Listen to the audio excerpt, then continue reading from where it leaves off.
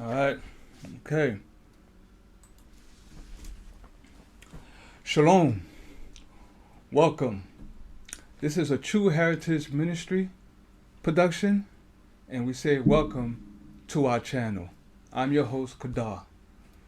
And today we're going to go into the Bible dealing with an economic understanding, how God has set it up.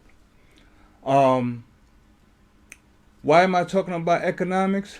Well, in the past 10 days, we know that the northeast of the earth has been engaging in a war for the past 10 days.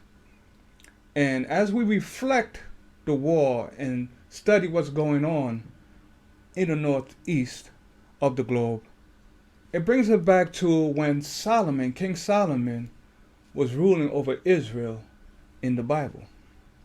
So, at this moment, we're going to go into a little understanding of the economic, the economic wisdom of the Israelites.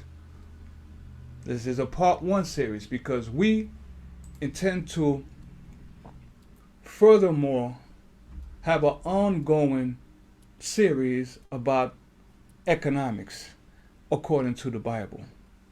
Because this is something that has not been taught to us here in our captivity by our Christian pastors or even other gatherings of this understanding. But we at True Heritage Ministries, we are going to continue to go into the Bible and teach more about the economics, how the Most High set it up during the time of our forefathers when they were a nation of a people, the nation of Israel. So, without further ado, we're going to just go ahead and dive into this understanding. All right?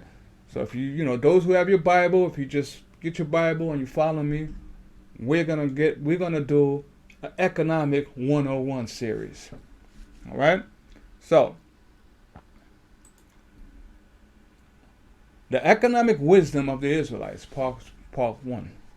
Now, again, like I just previously said, United States and their allies are currently in a situation where there is a war between Russia and Ukraine. Okay?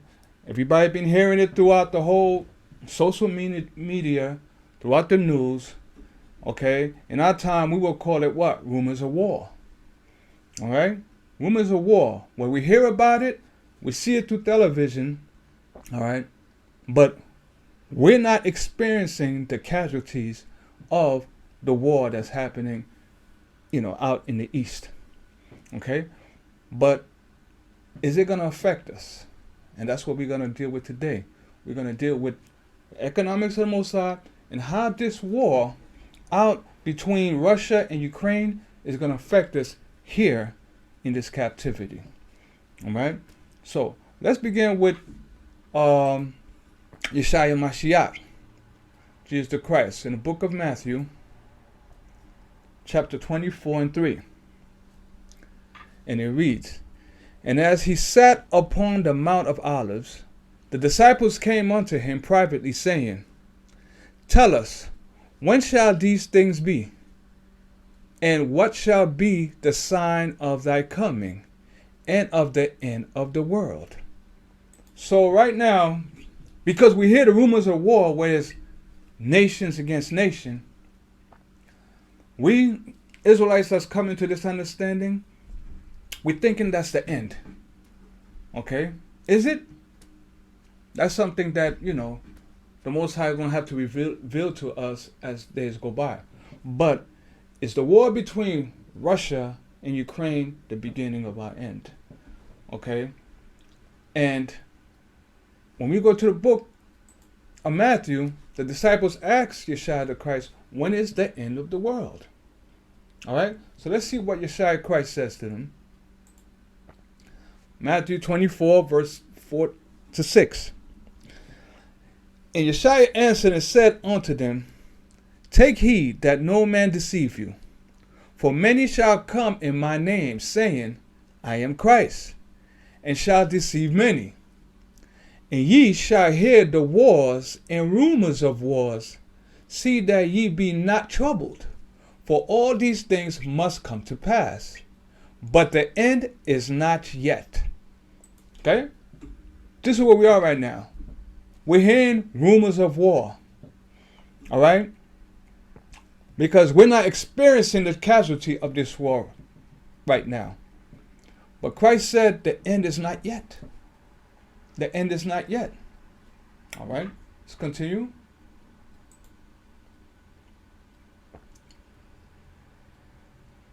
Go to the next verse. Now, let's jump on to the book of Revelations. Revelation 6 and 8.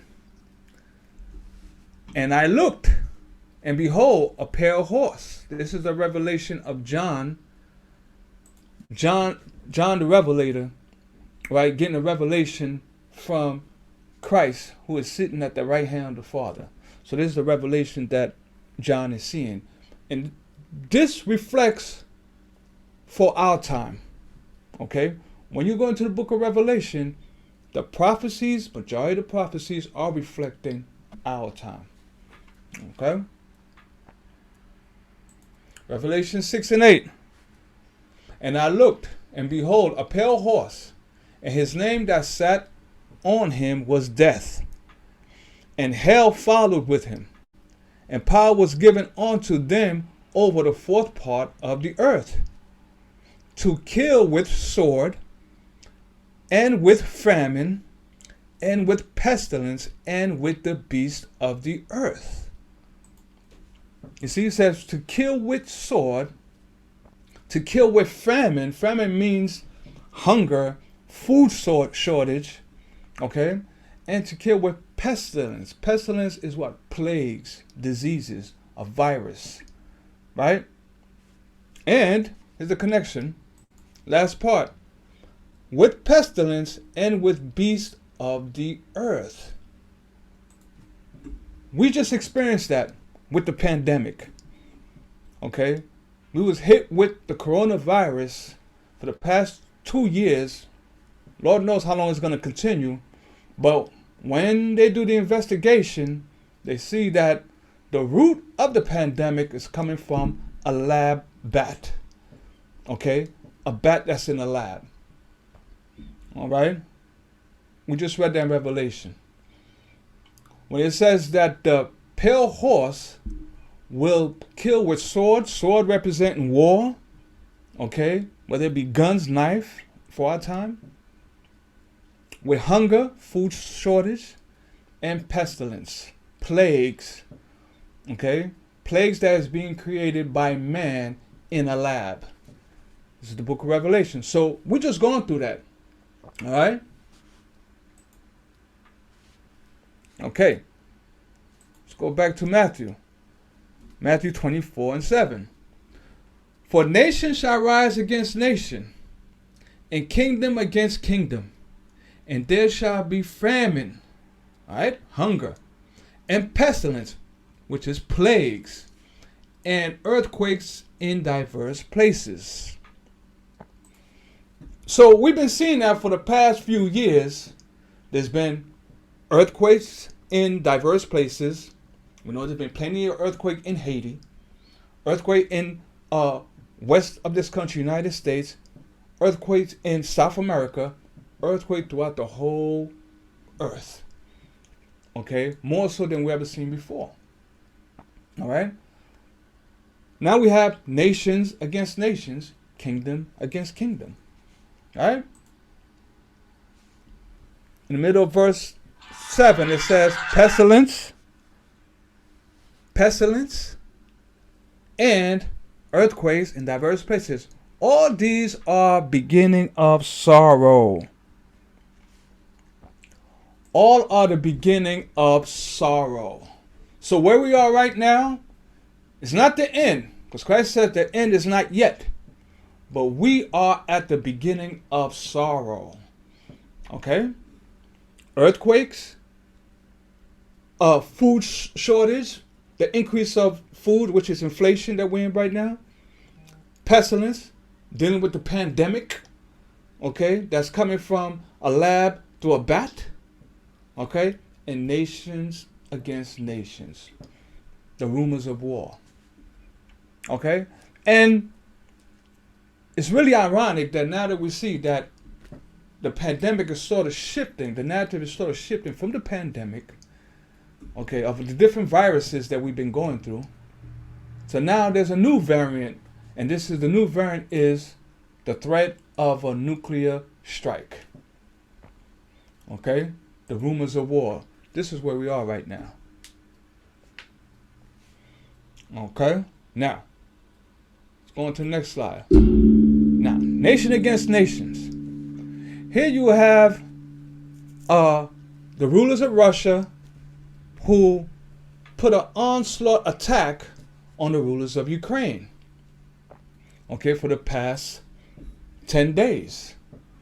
All right? All throughout the news.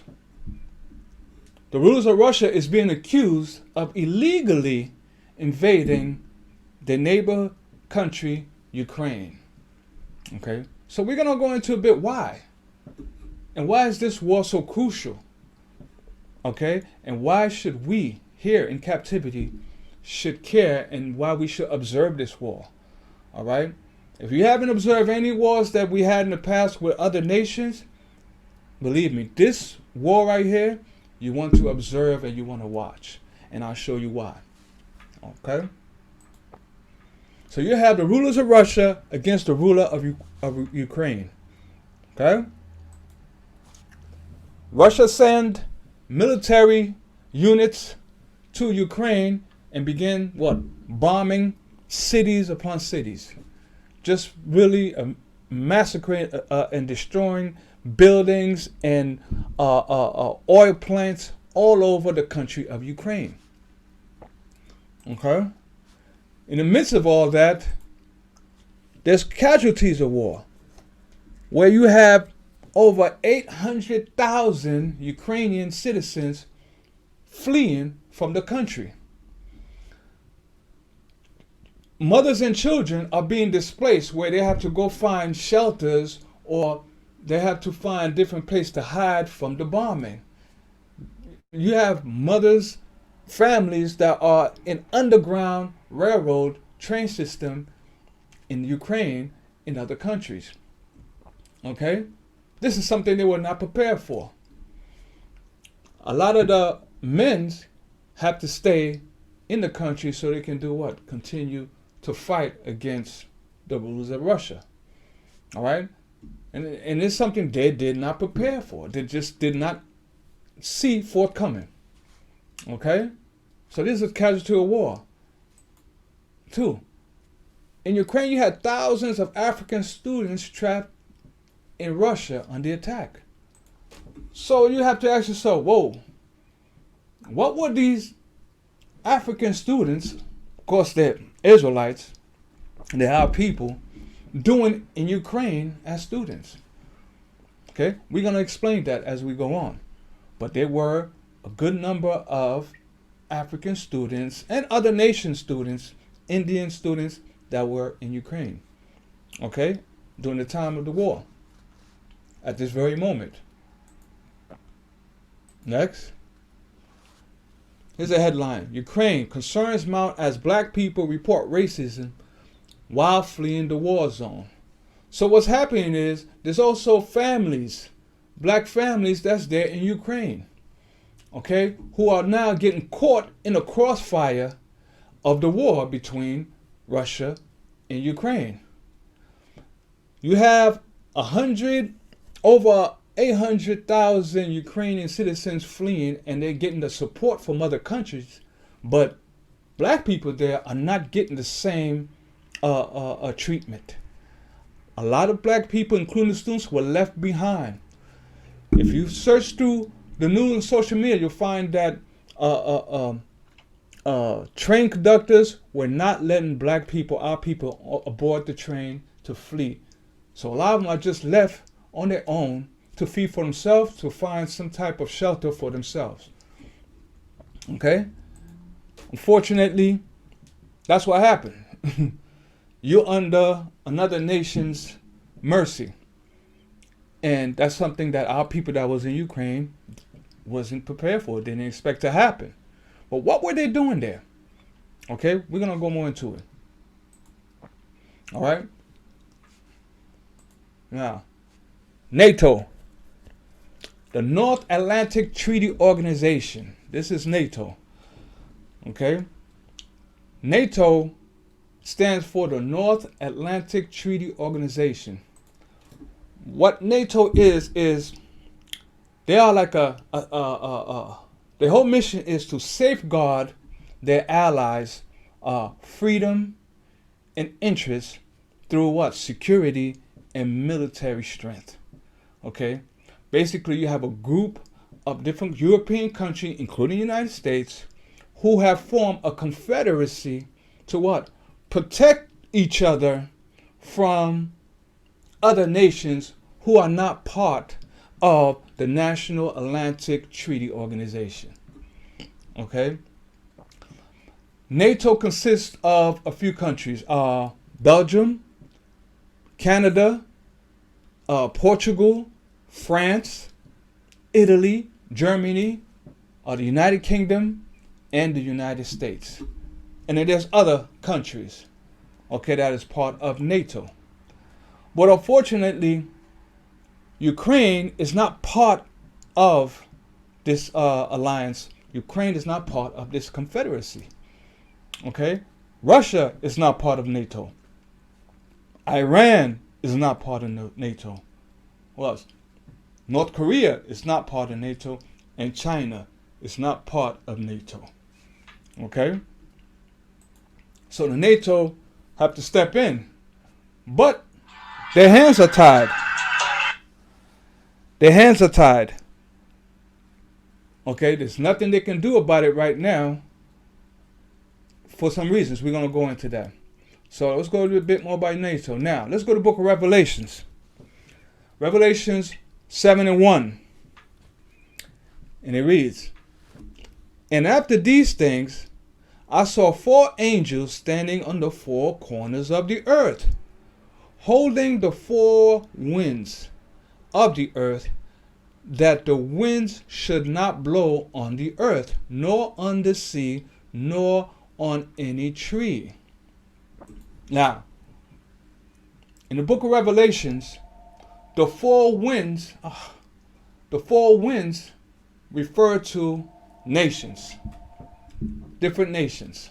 Okay, and when we read, it says that there was I saw 4 angels standing on the 4 corners of the earth, holding the 4 winds. So right now, the 4 winds are being held. So they want what? Destroy the earth. Okay?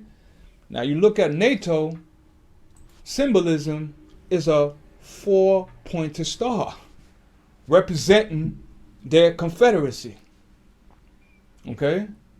So NATO, in this context, is the 4 winds.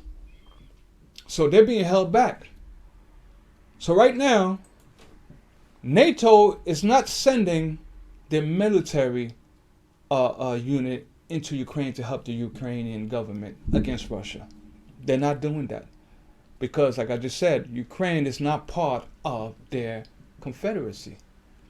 The only support that they're able to do for Ukraine is to just send them weapons so they can figure out how to get themselves out of the situation, fight for themselves. And the other thing is to put sanctions against Russia. All right? They're going to put sanctions against Russia because he invaded the country illegally. He broke a treaty that they have amongst all the countries.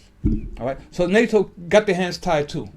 They cannot go in there and help the Ukrainians the way Ukraine would like the NATO organization to help them. Okay? I'm just giving you a little bit summary of what's going on right now. We're going to get to our scriptures. Now, Revelation 7:2-3 continued. "And I saw another angel ascending from the east, having the seal of the living God. And he cried with a loud voice to the 4 angels which are holding the 4 winds, to whom it was given to hurt the earth and sea. To whom it was given to hurt the earth and sea.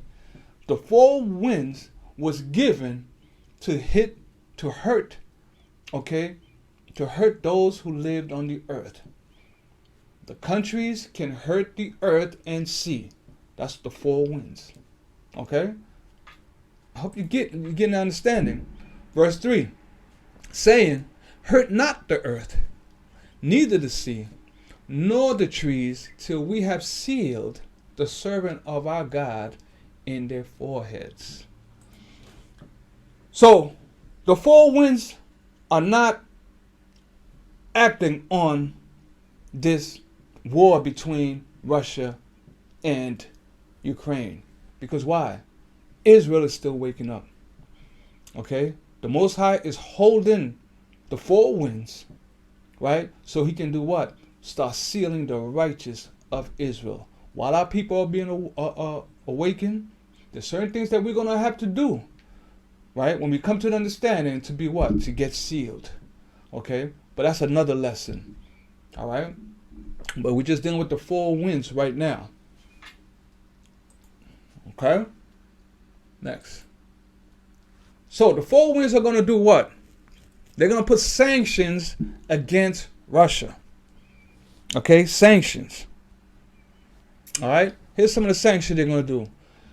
Russia's financial institutions, they're gonna put sanctions on. Cut off Russia's government from Western financing, business elites and their family, company behind Nord Stream 2. Now, Russia has two big manufacturing plants called Nord Stream. And what Nord Stream does is supply majority of this earth gas and oil for energy. So what the sanction is going to do is cut off Nord Stream 2. They're going to cut off that energy supply from Russia, because that was one of their resources, to sustain their country and also to sustain us. But we won't get more into that. Okay? So they want to cut this off. The other one. Limit Russia's ability to do business in dollars, euros, pounds, and yen. Stop the ability to finance and grow Russian military. Export blocks on technology and Belarusian entities who support Russia. Now, the Belarusian entity, they're talking about the country of Belarus, which is located north of Ukraine, that's been assisting Russia with this invasion. So NATO is going to put sanctions and embargo on them also. Okay?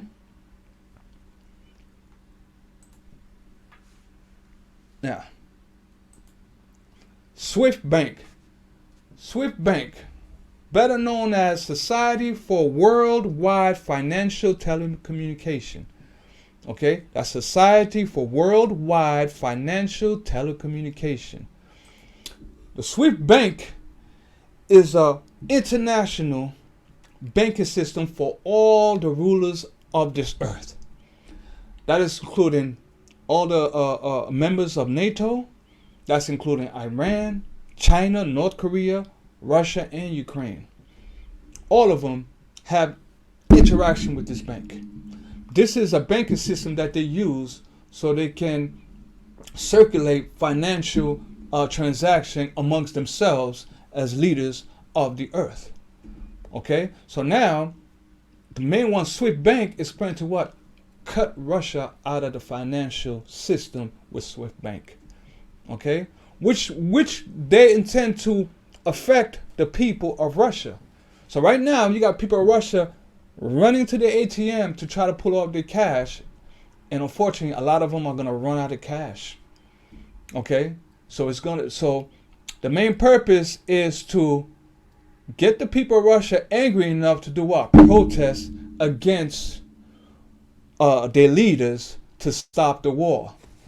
So that's one of the purpose of this sanctions, this economic sanctions. You hurt people in the pocket, and then you're gonna have you will hope for an uproar to happen, okay, against their rulers. So this is what Swift Bank. You can look it up and do research on Swift Bank. Now, how's this going to affect us now? This is NATO's concern. This is also China's concern. The fact that the sanctions that they're about to put on Russia and Belarus is going to affect us. Okay, that's why I said we should pay attention to this war. All right, how's it going to affect us? All right, our ruler's concerned. The cost of heating our home is going to go up. Okay, because remember, high percentage of the energy in the heat that we get comes from Russia. See, Russia has a lot of resources. They have chrome, copper, gold, nickel, zinc, aluminum, and they also have what they call sulfuric acid plants, which convert oil into gas and give us electric power throughout all the globe. Russia owns this. Okay, those minerals are the source of us getting electric power and us getting heat. Okay, very important to know, very important to watch. So the cost of your heating is going to go up in a couple months, especially next winter. All right, because we're about to go to spring, but next winter our heating bill is going to go up. Second, the cost of traveling is going to go up.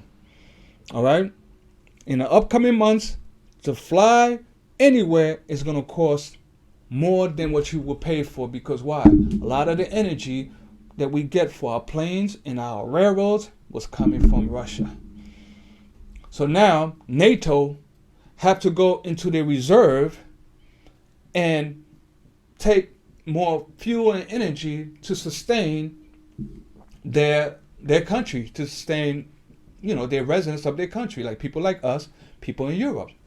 So now, being that they have to go in their reserves, what they're going to do? They're going to jack up the prices on us. We're the ones that's going to be paying for it. Okay? Cost of groceries is going to go up. In the past couple of months, we've seen the inflation of the grocery, our food product. But now, because of this war between Russia and Ukraine and the sanctions that's going to be put on Russia, our food prices are going to go up. Why? Russia and Ukraine are the dominant countries that produces wheat. Okay? Wheat is such a valuable resources throughout the whole world. Wheat, corn. And I'm going to tell you why, too. All right? Our food prices are going to go up. Cost of mortgage and payments. If you own a home and you're making payments on home, your interest rate is going to go up. For what? To make up for the loss. Car price is going to go up. This season right now is tax season. What do us as Israelites like to do during tax season? We like to go and buy a car, finance a car. But guess what? The cost of your car is going to go up and your interest rate is going to be even higher, because Russia produce majority of the automotive parts for the vehicles throughout the globe. Okay? The aluminum, the nickel, the copper is what they produce to make what? Their auto parts, the chip for the automotive industry. So now, because a sanction is going to be placed on them, now NATO have to go else places to continue to let their automotive industry grow. But who's going to pay for it? We are. Okay? And this is tax season. It's so funny. The war broke out during our tax season. Provoking thought? Let's go.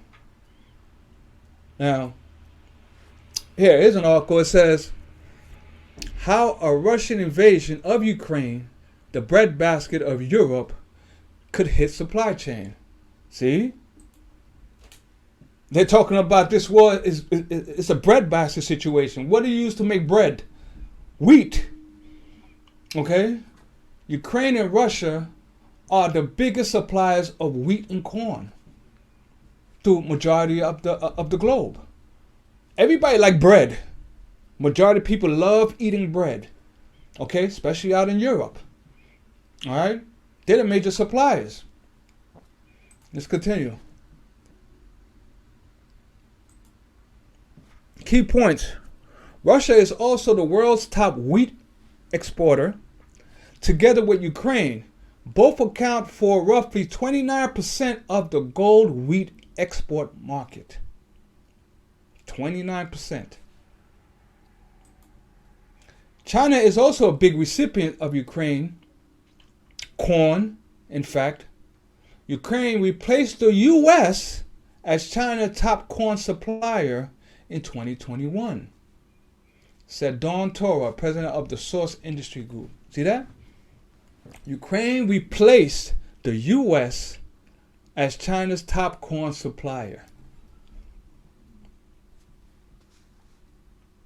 So, their main industry is wheat and corn. This is what they're fighting over? I mean, there's other things that they're fighting over, but this is the main thing. And, you know, when we go into the Book of Solomon, to the Book of Kings, we're going to see why. Okay? We're almost there. All right, now, Russia and Ukraine are also big suppliers of what? Metal and other commodities, analysis says. All right? Like I just mentioned, they're producers of copper, nickel, all different type of metals and other commodities, all right, together. So there's a reason why you have these two nations, you know, going against each other. There's something that the rulers of Russia want in that land, okay, which at one time they had before. All right? Okay. Now, China. China is in a dilemma. China and Russia are allies. But unfortunately, China cannot get involved the same way NATO, the European Union, United States can get involved with any forms of military in this war. Why? If you look, China's trade with Russia is only worth about 147 billion dollars. That's the amount that the agreement that they have with Russia, $147 billion. Whereas the trade that they have with the United States and the European Union is $1.6 trillion. $1.6 trillion. So China can't get involved the same way NATO can't get involved. Okay? Because China also got to watch out for their interests. Because China got their people that they have to take care of, that they have to feed. Okay? They can only go but so far in breaking a trade agreement that they have with the European Union. You know, they don't like each other, but they have to do what? They have to trade with each other. Okay? Let's go. Now, resources. This is what nation versus nation is about. Now you go into it. Nation versus nations, kingdom versus kingdom. The rumors of war is all about resources. Okay? Not little petty cash or money. You know what I mean? Because when you look in our community, we have wars amongst each other. You have gangs, different gangs, group of gangs that what? Fighting over what? Territory for what? Little cash or money. But nobody got any type of resources. Okay? No one has any commodities.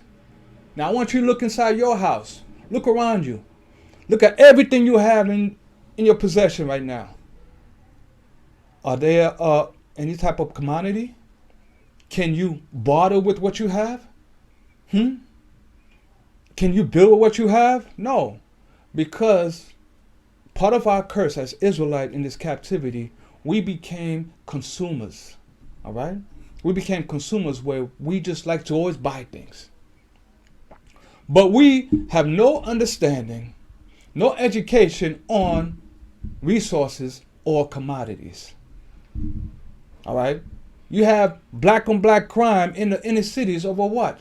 Over money. Which doesn't compare to the value of what? Resources or commodities. I'm going to show you. Okay? But this is what the nations are fighting over. Kingdom against kingdom over commodities. Okay? Now, and I want to go back into the students. You had students from India, students from Arabia, students from Africa that were in Ukraine. There was also black families in Ukraine. Okay? What do you think? What was the whole purpose of them being there? We ask. Okay, number one, this is what we believe. Usually, what rulers of nation do is send students, bright minds, students to other country, all right, so they can learn so they can learn and get an education about what? The commodity and the resources. Okay? So they could be educated on the resources and wealth of that particular country. All right? What for? So they can come back home to their prospective country and build their country based on the education that they learned from another country. That's why you always have exchange student program. Okay? That's why a lot of African students were in Ukraine. Their families were there because what? If your sons and your daughters are going away to school in another country for a period of time, you as a parent might want to go over there too, just to make sure that they're safe, right? And eventually, once you get settled, you start having little families at that region. But the main goal was to what? Learn about the nickel that's being produced, the copper that's being produced, the commodity that's being produced in Ukraine or in Russia or any other places, and then you could come back to your homeland and do what? And help develop your country based on the information that you receive. That's why they were there. But unfortunately, the war broke out, and now they got caught in the crossfire. Okay? I just wanted to make that point. All right. Let's go into the book of Ecclesiasticus, the book of Sirach 39, verse 26. The principal of things for the whole use of man's life are water, fire, iron, salt, flour, wheat, honey, milk, and the blood of grape, which is wine, and oil, and clothing. Okay? This is in the Bible. The principal things in a man's life is water. You need water. Without water, you're going to die. You're going to dehydrate. You're going to die. You're going to get sick without water. Fire. You need fire to what? Convert metal. You need fire to convert to cook food. You need fire to stay warm. If you're in a cold region, you need fire. Okay? If you look around you, everything in your house, 60% of everything that's in your home, it's because of fire you have these things. Okay? It's because of fire you have metal that can melt down to make certain type of substance. All right, what else? Iron. You need iron. Because of iron and fire, you make things. You build buildings. You make shelter. You need that. Wheat and flour. Isn't that what Russia and Ukraine are fighting over? Isn't that majority of their commodity, their resources, wheat and flour? Because wheat and flour, you could do so many different things. Wheat, flour, you cook your food, you could fry food. But here's the thing though. Why other nations are so hung up on wheat and flour, because they could use it to what? Other than making bread or making cornmeal or making whatever they make with it, or even producing energy with the wheat, they could also feed their animals. They could feed cattle the wheat and corn, which is GMO. Because the other nation figured out that The more wheat they have, the more they could feed the cattle, the more milk they could produce, the more they could sell it to you. But we know with God's dietary law in the Bible, the animals we need to consume are animals that eat grass, not wheat, not corn. Okay? Consuming animals that eat grass and wheat is a lot more healthier for you than the animal that consume wheat and corn. But you know what? Our rulers and nations don't care about that. All they're caring is productivity and feeding the cattle all this food so they can do what? Produce more milk, produce more meat, so you can what? Continue to buy and of course increase their economy. Okay? Okay, we're gonna see. What else? Honey, milk, the blood of grape, which is wine. All countries drink wine. Okay? Wine is a big economic power. All right, grapes. All right? And then you have oil. You need oil. You need oil for you to consume, to keep your body functioning, and you need oil for energy. You need oil for heat. Right? You need clothing. You know, you need clothing to keep warm, to cover yourself. That's a necessity. And I mentioned, we just mentioned salt. You need salt, okay? Because without salt, you can die without salt. Salt helps to fight viruses and different diseases in our body. So you need salt, okay? These are the principal things for the whole use of man's life. Water, fire, iron, salt, flour, wheat, honey, milk, grapes, oil, and clothing. Okay? These are resources. These are commodities. Now, we're going to go to the book of Kings with King Solomon. Okay? The reason I went into the war and I'm going into the resources because we're going to see how Solomon was able to use the commodity to get his wealth. Okay? We're going to go into how Solomon was able to be the richest king during his time in the whole earth, where other kings and other rulers had to come to him to get the understanding. And guess what? The understanding of using these commodities was given to Solomon by who? The Most High. That was the wisdom of Solomon. Okay? How to use these commodities. We'll see.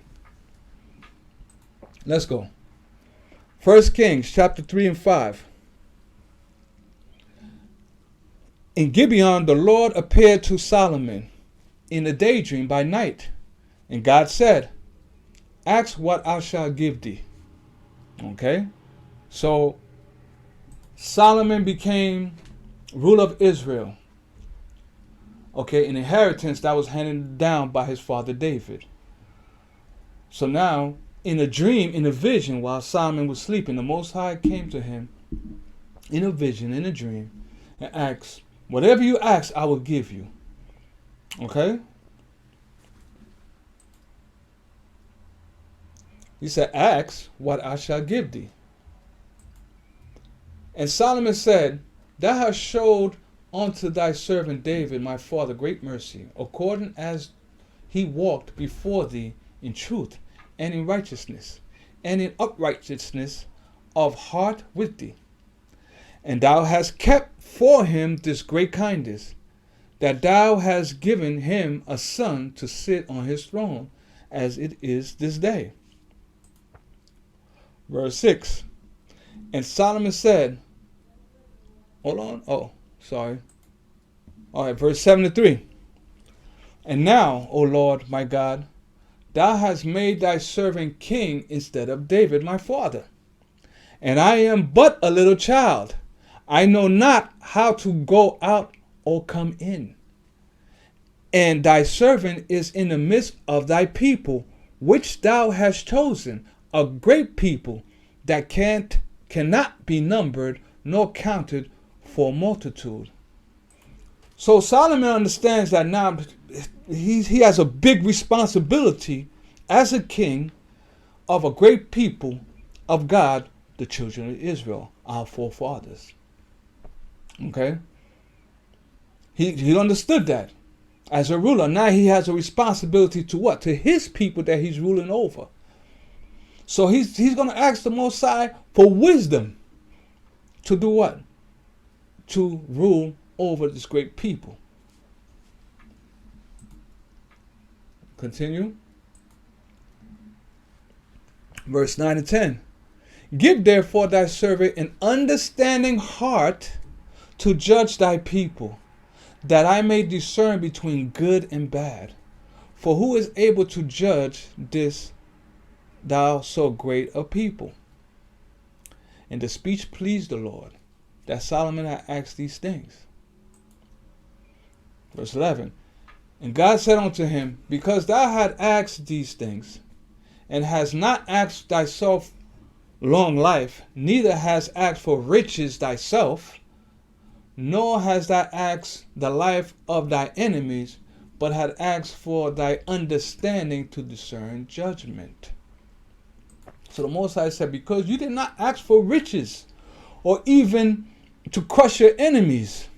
Solomon didn't ask for that. He just asked for what? Understanding and judgment.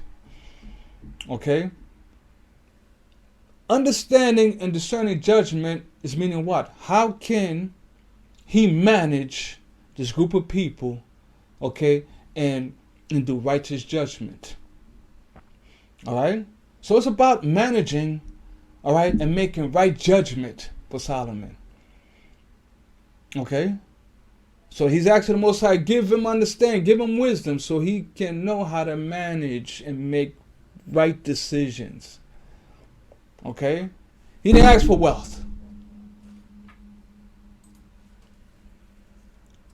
Okay? Verse 12. Behold, I have done according to thy words. Lo, I have given thee a wise and understanding heart, that so that there was none like thee before thee, neither after thee shall any rise like unto thee. So the Most High is giving Solomon a wise and understanding heart. Okay? The Most High is going to give him wisdom. And we're going to see what was the wisdom. Verse 13. And I have also given thee that which thou hast not asked, both riches, honor, so that there shall not be any among the kings like unto thee all thy days. So he's going to give Solomon understanding, right, that kings are not going to be able to compare with the riches he has. How? We're going to go into that. All right? It's not like it's going to fall from the sky and Solomon have the wealth. No. Most High is going to give him understanding how he can get the wealth, where other rulers of the earth are going to come to him with that wisdom understanding so they can also flourish. This is what this means. And let's go to it. Most High said, he will, and I have also given thee that which has not asked, both riches and honor. How? We're going to go find out how. So that there shall not be any among the kings like unto thee all thy days. Okay. Now, we're going to go into the how. All right? We're going to go to how Solomon set up a trade agreement with the kings. How he was able to get his wealth. To what? A trade agreement. Okay? Now we're going to deal with the issue of nations and nation. All right? Trade agreement dealing with what? Resources and commodities. All right? Let's go. This is King Solomon trade agreement. 1 King chapter 5 verse 1. And Hiram, king of Tyre, sent his servants unto Solomon, for he heard that they had anointed him king in the room of his father. For Hiram was ever a lover of David. Now this King Hiram is from another nation, the nation of Tyre, which is the Canaanite nation. Now when you go far into the book of Judges, the nation of Tyre was enemies of Israelites. They used to have wars. But then when David became ruler of Israel, David and Hiram had a good working relationship. That's why he loved David. Why he loved David? Because David working relationship, trade agreement had helped his country to flourish. Okay, that's why he loved David.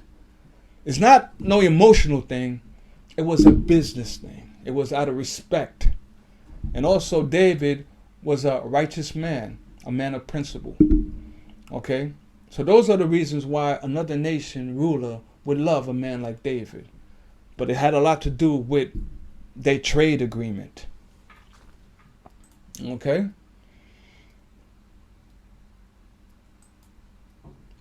First King chapter 5 verse 2 and 3. And Solomon sent to Hiram, saying, Thou knowest how that David my father could not build the house into the name of the Lord, for God, his God, for the wars which were about him on every side, until the Lord put them under the soles of his feet. But now the Lord my God had given me rest on every side, so that there is neither adversary nor evil occurring. So Solomon sends a message to the king of Tyre, Hiram, that my father David could not build the Most High house because of all the wars that he was having. But now Solomon is a ruler and he doesn't have any enemies. Okay, it's a time of peace. Okay, so now Solomon wants to build the temple, the Most High's house. Okay. Verse 5. And behold, I purpose to build a house unto the name of the Lord my God. As the Lord spake unto David my father, saying, Thy son, whom I will set upon the throne in thy room, he shall build the house unto my name. 1 King 5, 6. Now therefore command thou that they hew me cedar trees out of Lebanon, and my servants shall be with thy servants, and unto thee will I give hire for thy servants according to all thou shalt appoint. Okay, so what's going on right now is Solomon is requesting, cedar trees from the king of Tyre, from the king of Tyre, Hiram the king. This is what Solomon is requesting. He also said that whatever labor, whatever your servants cut down, I will pay. Okay, I will pay for this service. All right, so that means Solomon will pay money for what? The trees and for the labor to take down the trees. This is where we are right now. Now therefore command thou that they hew me cedar trees out of Lebanon, and my servant shall be with thy servant. So I mean Solomon's servant will be hit with his servant, and unto thee will I give for hire for thy servants according to all thou shalt appoint. For thou knowest that there is not among us any that can skill the hew timber like unto the Sidonians. So Solomon says, okay, I'm going to send my servants to Lebanon and work with your servants who have experience cutting down trees, because the other nations, they cut down trees so they can do what? So they can build idols with their trees. So they have the experience. Solomon said, my servants don't have the experience like your servants, the Zidonians. Because Israel was not known to cut things and make idols. So Solomon said he's willing to send them to Hiram so they can learn how to cut them down, and then they could come back with the cedar trees. All right. Now here's what Hiram says. All right. Again, it says, I will give hire for thy servants according to all thou shalt appoint. So, again, Solomon is willing to pay his servant. Solomon going to send Israelite servants there and pay Tyre's servant also for the labor. This is what Solomon is offering for the cedar tree. Okay? But here's what Tyree said. Now, cedar, let's get to understand why the cedar was so valuable. Cedar during those times, cedar wood was very valuable during this time. I almost forgot that was there. And just to give you a little understanding about why cedar wood was so important, because it was a very stable, strong type of wood. All right? Cedar thrives in damp climates, enabling it to withstand many conditions. Cedar does not shrink, swell, warp, or decay even there are severe changes in the weather. Even when there's severe changes in the weather, which make it such an ideal choice for interior siding. Cedar is sound resistance. Cedar is a porous wood, which gives it the ability to absorb noise. So these are the value of the cedar woods. That's why it was so important, because with the cedar wood, you don't have to worry about whatever you build being contaminated or spoiling because of weather condition. That's the reason why Solomon wanted the cedar trees. If he's going to build the Most High's house, the temple, he needs material that's going to have long lasting. Okay? So it's a very, very expensive material during those times, and still is to this day. Okay? This is why Solomon requested cedar wood. All right? 1 Kings 5:7. And it came to pass, when Hiram heard the words of Solomon, that he rejoiced greatly, and said, Blessed be the Lord this day, which has given unto David a wise son over this great people. Okay, he called Solomon a wise son. Solomon made a great decision. Okay, and Hiram sent to Solomon, saying, I have considered the things which thou hast saidest to me. 4. And I will do all thy desire concerning the timber of cedar and concerning the timber of fir. So King Hiram, king of Tyre, agrees, and he is so excited. Okay, he is so excited. Now he got this commodity. Now he has a buyer. He has somebody that wants it. Now he can sell more. He has a buyer. All right. Verse 9. This is what he said. He said, My servant shall bring them down from Lebanon unto the sea, and I will convey them by sea in floats, and unto the place that thou shalt appoint me, and will cause them to be discharged there. And thou shalt receive them, and thou shalt accomplish my desires in giving me food for my household. So this is Hiram agreement. I will have my servants cut it down myself. No need for your servant to cut it down. And we will bring it to a place through our ship, and then your servants go pick them up. But the only thing that he wants is food for his household. Now, the word household doesn't mean his immediate house. Let me just make that clear. Not the house where he lived and he got his wives and his children. No.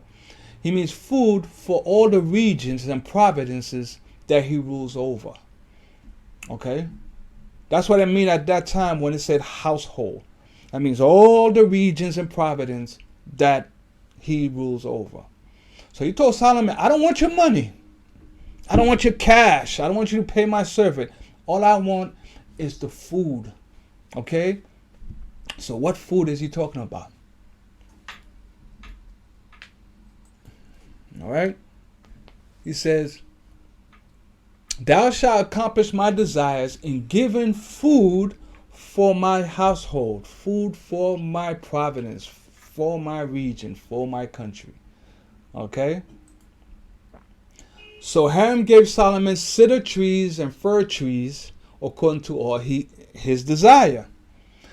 And Solomon gave Hiram 20,000 measures of wheat for food. 20,000 measures of wheat for food to his household, and 20 measures of pure oil. Thus gave Solomon Hiram year by year. So this is the food that Hiram wants. Hiram don't want no cash. He don't want no money. He wants commodity. Okay? The wheat isn't what we just read about Russia and Ukraine. Okay? The wheat is like one of their main economic suppliers throughout the whole world. Everybody wants wheat. Now you have the king of Tyre saying, I don't want money. I don't want shekels. I want wheat, food. Because again, the other nation want to what? Accumulate wheat so they could feed their animals and produce more so they can do what? Get rich off of the animals and sell them out to other nations. But he said he want wheat. Okay? And Solomon gave Hiram 20,000 measures of wheat for food to his household, and 20 measures of pure oil. Thus gave Solomon to Hiram year by year. Now, this is not all which Solomon gave Hiram. We're going to go to 2 Chronicles chapter 2, verse 10. Give me a moment. Let me try to find it. 2 Chronicle. Okay. All right. 2 Chronicles chapter 2, verse 10. And behold, I will give thy servant the hewers that cut timber 20,000 measures of beaten wheat, 20,000 measures of barley, 20,000 baths of wine, and 20,000 baths of oil. This is the food that Hiram wants. He wanted 20,000 measures of wheat, 20,000 measures of beaten wheat, 20,000 measures of barley. Now, when it says 20,000 measures of bath of wine, this is talking about barrels upon barrels. Okay? Think of a bathtub. A whole bathtub full of bottles of wine. Okay? But he wants 20,000 baths full of wine. This is what he wants for the cedar trees. That means that Israel strongest commodity, okay, resources was what? Grapes, vineyards, because Israel was a big producer of wine. You understand? And all the other nations understood that. Israel were the biggest producers of wine. All right? Then it says 20,000 baths of oil. Israel also were big producers of oil. Okay? Whether it be cedar oil, whether it be olive oil, because there was a lot of olive tree in Israel, and whether it be regular oil near the sea. So this was Israelites' commodity.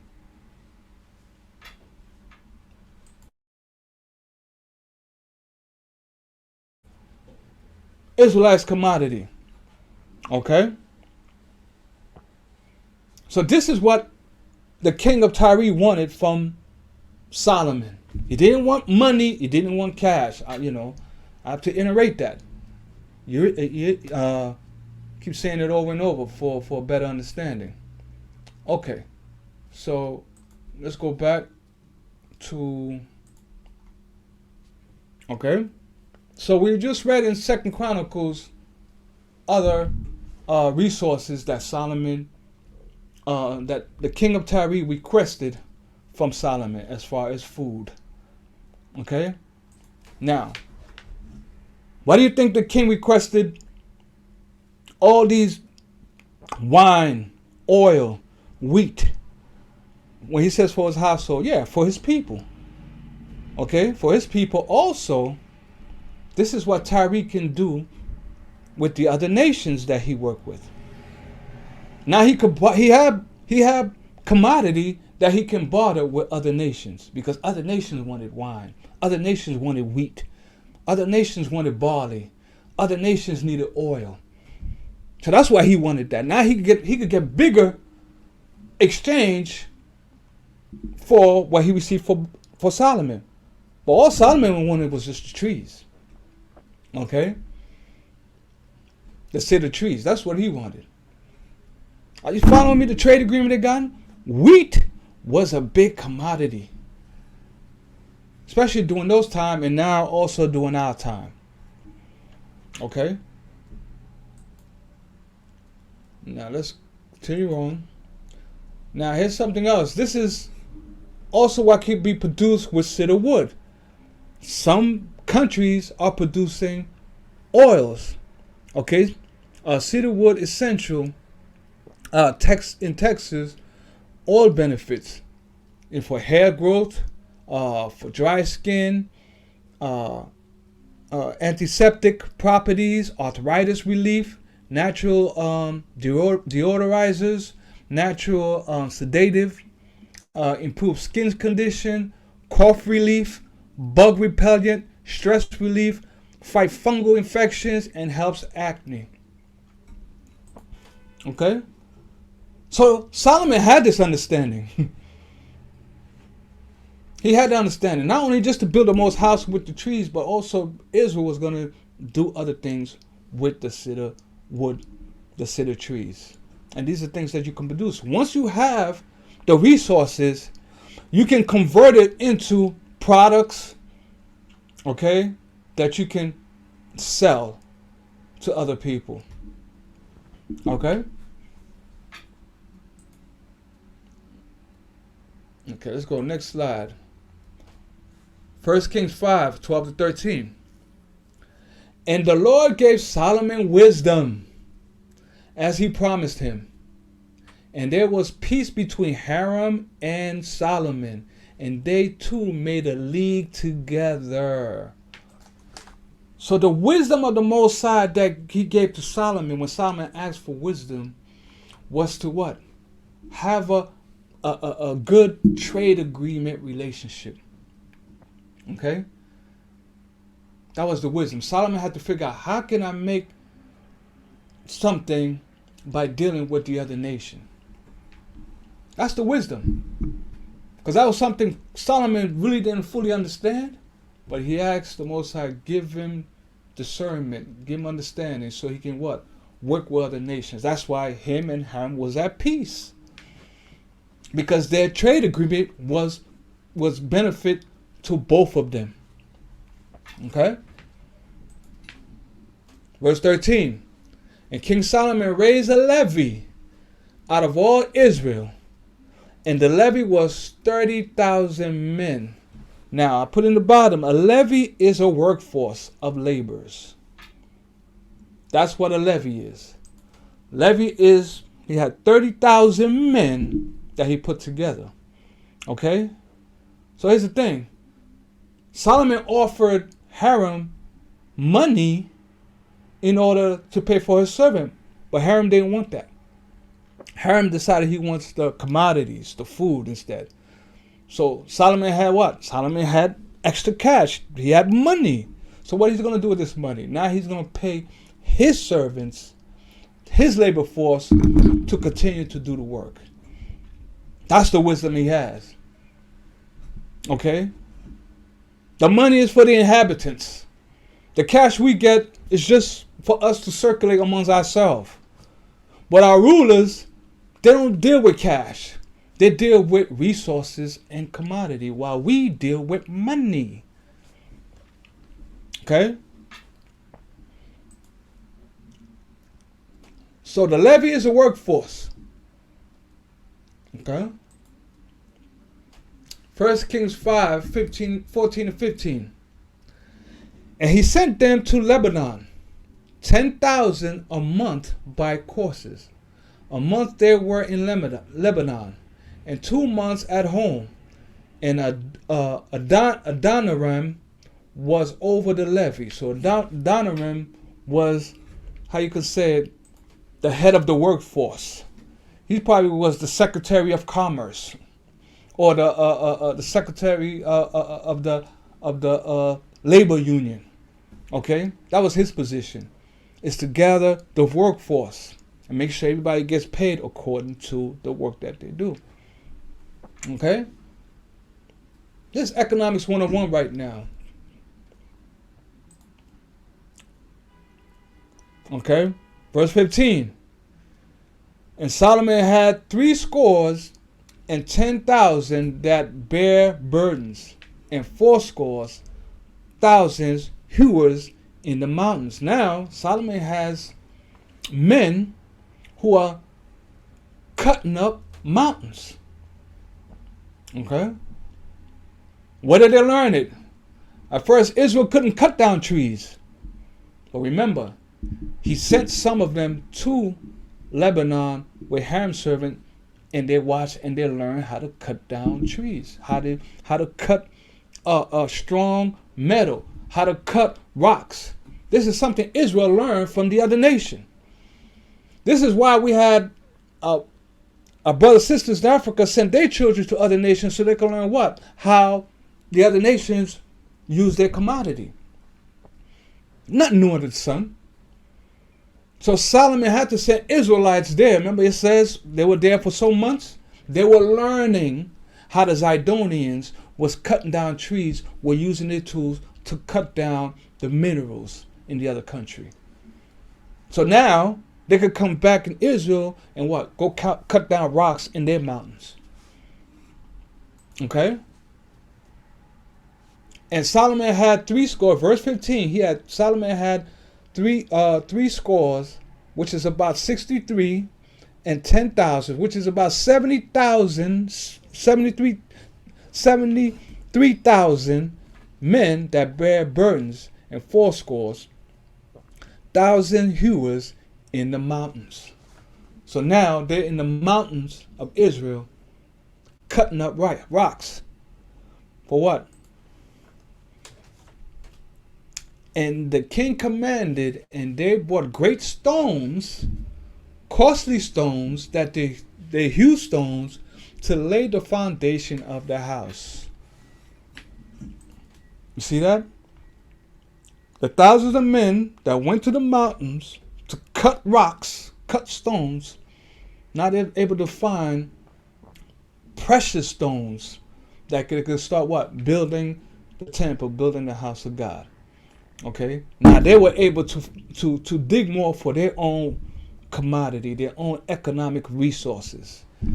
They learned the skill, but now they were able to come home and use their skill to build wealth in their own homeland. Okay, this was a wisdom that the Most High gave Solomon. Verse 18, and Solomon builders and Hiram builders did hew them and the stone quarries. So they prepared the timber and stones to build the house. So you see that? Solomon's servants and Hiram's servants, which taught the Israelites how to cut down the stones. For what? So they could build the Most High's house.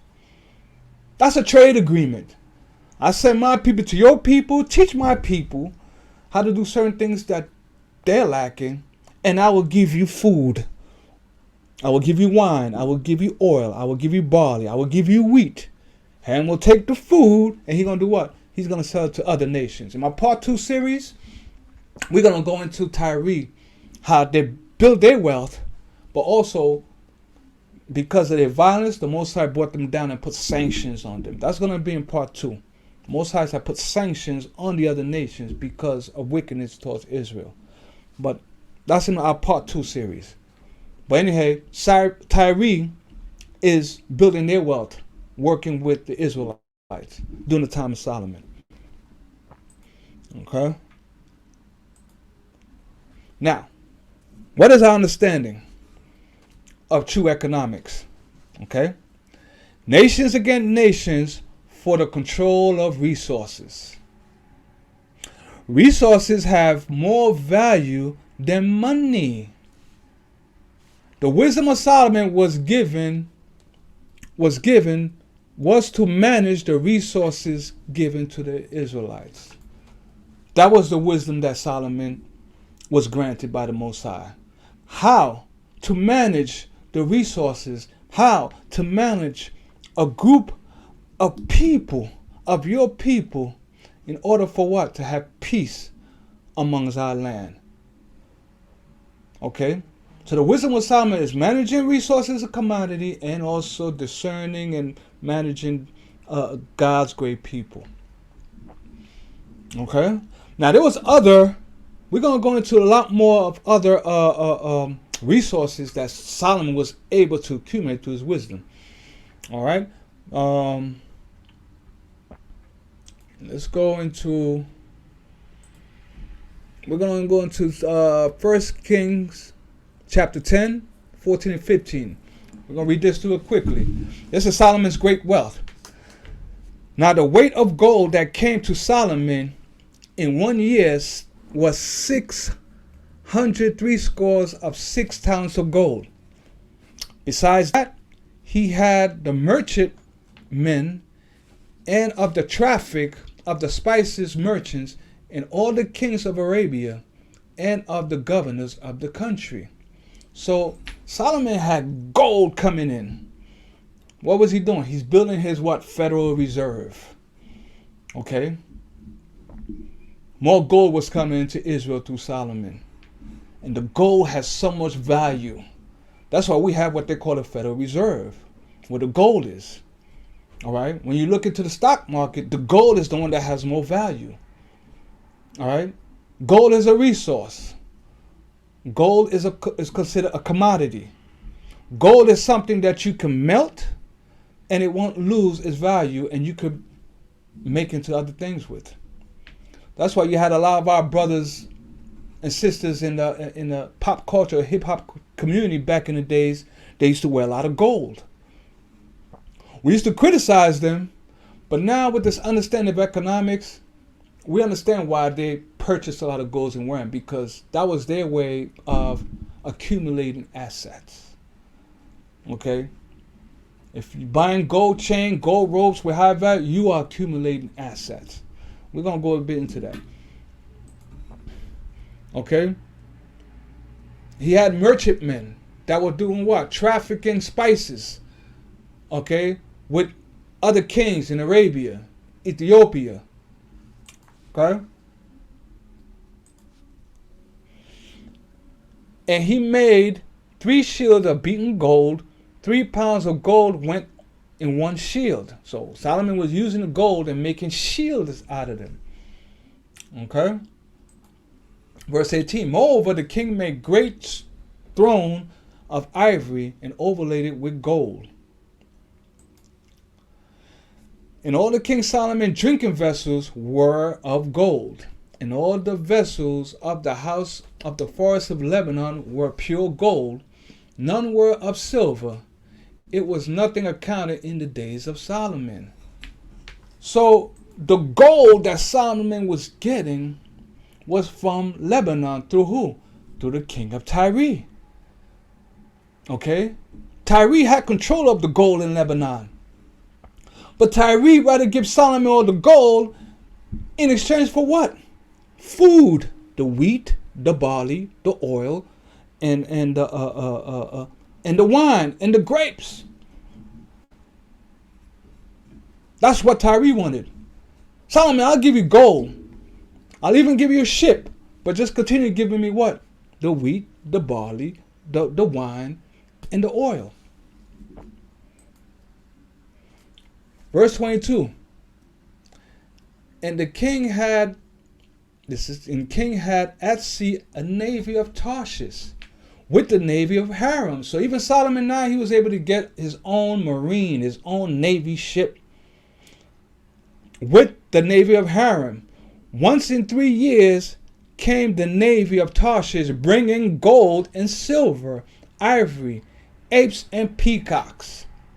So now Solomon is exporting wheat, barley, wine, oil to other nations, to Tyre, in exchange for what? Gold, ship. Now he's bringing in ivory of peacocks and monkeys and different animals. But wait a minute. I know you're going to say, well, isn't that idol worshiping? Isn't Solomon bringing in idols into Israel? Let's think about it now. The other nations are the ones that's producing these idols with their minerals, with their ivory, with their gold, with the silver. They're pulling out the minerals out the earth and they're making idols. But here's the wisdom that Solomon is using. Solomon is giving them food, and he's taking those idols, the gold, the silver, the ivory, bringing it back to Israel and doing what? He's going to melt them down, right? And convert them into into jewelry. He's going to melt them down to help build the Most High's temple. Okay? Solomon had the knowledge and wisdom, understanding what to do with these commodities. Okay? It's not to bring them so he could worship them. He brought them in so he can convert them for Israel use, and also to build his what? Federal Reserve. Solomon was collecting assets. Okay?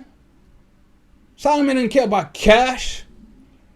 As long as he has silver peacocks, silver monkeys, he can melt them down and create what? Silver dollars and silver shekels that he can give what? To his people, so they can, the inhabitants, so they can do exchange among themselves using shekels, money. That's it. The rulers deal with the commodity, which is the gold, the silver, and the metals, the copper, the wheat, the barley. But the regular inhabitants did what? With the shekels, the money, the cash. Which has more value? The commodities is an asset. The cash, the shekel, the money is a what? It's a liability. Because what happens when you have it, you purchase things, you sell it, and it's gone. So that's your liability. So when you look all around your house, look in your household, what you have is liability. Because you got to ask yourself, anything in your house, can you convert it into something that you could barter with? If anything you have is a resource? When your phone is broken, or when your TV dies out on you, or when your couch rots and get infested with, termites, when the metal you have rusts, what do you do with them? You throw them away. Can't do nothing with them. Okay?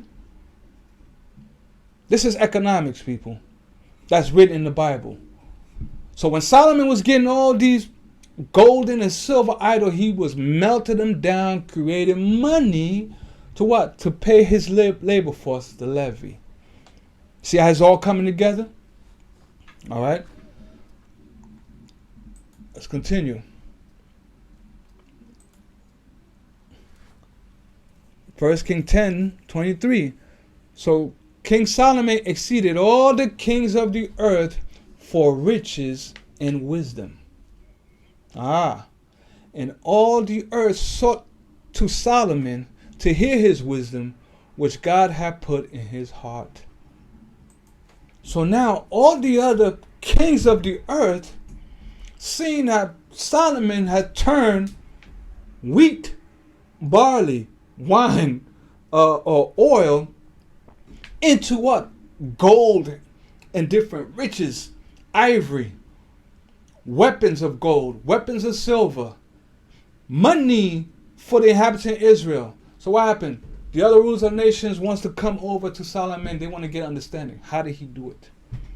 How did that work for him? Okay? What is your wisdom and understanding? So my country could flourish the same way your country is flourishing. And Solomon always gave the praises to his Most High God who gave him the wisdom. Okay? So, why am I going into this? Because we are True Heritage Ministries. This is the track that we're on right now. Okay? We know we are the children of Israel. We understand there's a war going on outside of the other nations. There's rumors of war. We understand that we are at the mark of an end that's coming. We understand that we are at a time of sorrow right now with the pandemic and the plagues. Okay? We understand that now. We understand that we got to have understanding of the law, statute, or commandments. But also we want to go more to understanding of economics, how the Most High set it up. Why?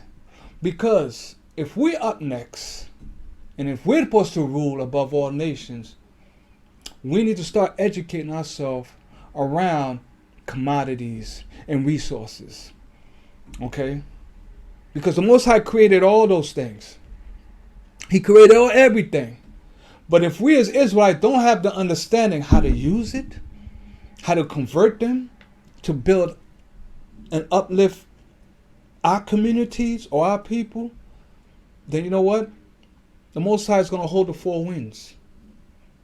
Okay? Again, we're holding things up, Israel. The four winds are being held, so what? Israel waking up need to start getting themselves together. Okay? Stop being the consumers. Let's change our mindset. Okay? Look around you. Everything that's in your house is from what? What you consumed. But it's nothing that you created. All right? The Most High gave Solomon that wisdom and understanding of trading, resources, commodity. He gave him that understanding. Solomon got that wisdom through what? A priesthood. Okay? Solomon had priests. He had intercessors who would give him that information from the Most High. That's right. The Levites, the one who gave Solomon the information how to conduct yourself dealing with other nations. How could we build Israel? But we don't have a priesthood. We don't have a priest that's going to educate us. Our rulers is not going to teach us economics. Sure, in college they gave us economics 101. But that's not the real economics that they're teaching us. Okay? They send their children to high level schools where they can learn about resources and commodities and financial understanding. We don't have the understanding. You know why? Because we're still nickel and diming as a people. Okay? We look to cash to sustain us. Okay? We are the labor force. We're the paycheck receivers. We got to get out of that, Israel. But how do you get that wisdom? Where are we going to get that information? All right? You're going to get the information through this. This is our wisdom, the Bible. Okay?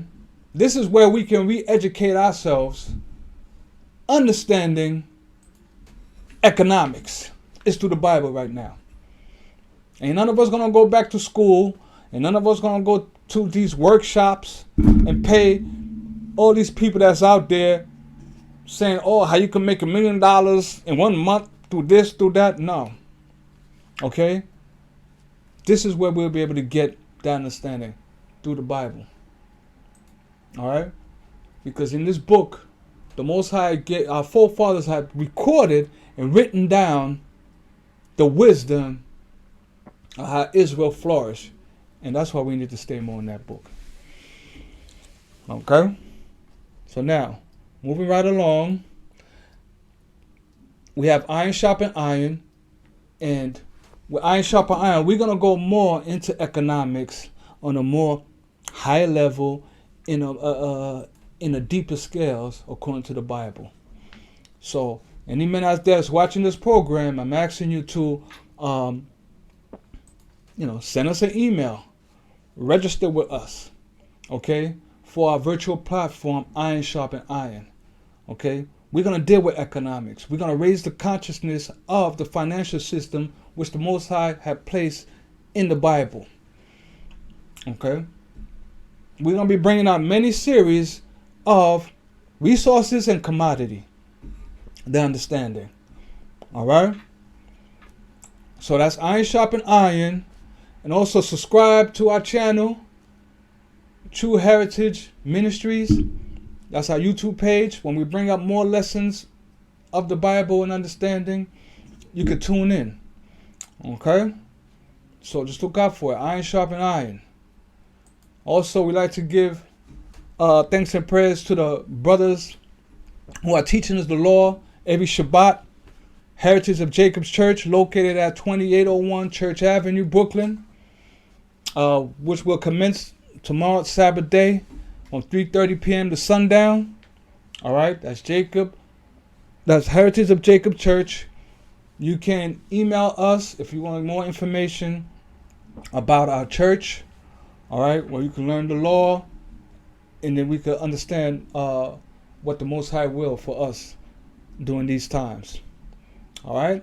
So again, I'd like to say all praises to the Most High. Thank you for this moment. Thank you for being part of Provoking Thought. All right. Again, email us, and any questions you can email us, and stay safe. Shalom.